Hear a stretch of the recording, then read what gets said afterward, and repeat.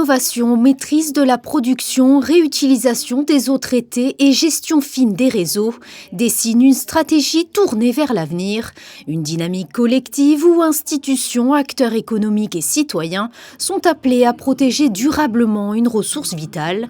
À l'initiative de l'Association des femmes leaders de Monaco, la question de l'eau est placée au cœur du débat public. Nous faisons chaque année 5 conférences sur l'environnement, sur la santé, sur les opérations qui sont intéressantes au jour. Et Madame Maryse Batalha m'a proposé de faire une conférence sur l'eau. J'ai dit pourquoi pas.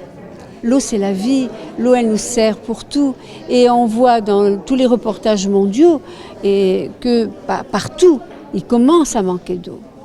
Et d'ici 20-30 ans, on aura de vrais problèmes de manque d'eau. Et ça, c'est primordial, on ne peut pas vivre sans eau. Que tout le monde prend conscience qu'on doit à la fois conserver son eau et surtout ne pas la gaspiller.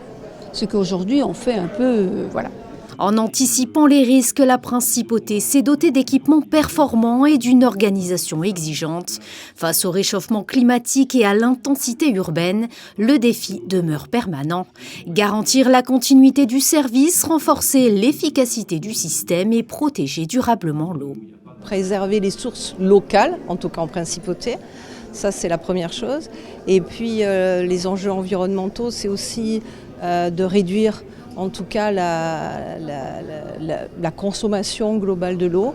En tout cas, pas forcément de la réduire, mais de l'utiliser à bon escient et de l'utiliser de façon durable. Donc en fait, ce sont tous des gestes et des façons de préserver ces ressources différentes, mais qui sont complémentaires et qui arrivent aussi à en faire anticiper des événements de sécheresse. À Monaco, la gestion de l'eau s'impose comme un enjeu stratégique et collectif. Entre innovation, anticipation et responsabilité partagée, la principauté trace une voie exigeante où chaque décision compte. Comprendre l'eau, c'est désormais mieux la préserver pour aujourd'hui comme pour les générations à venir.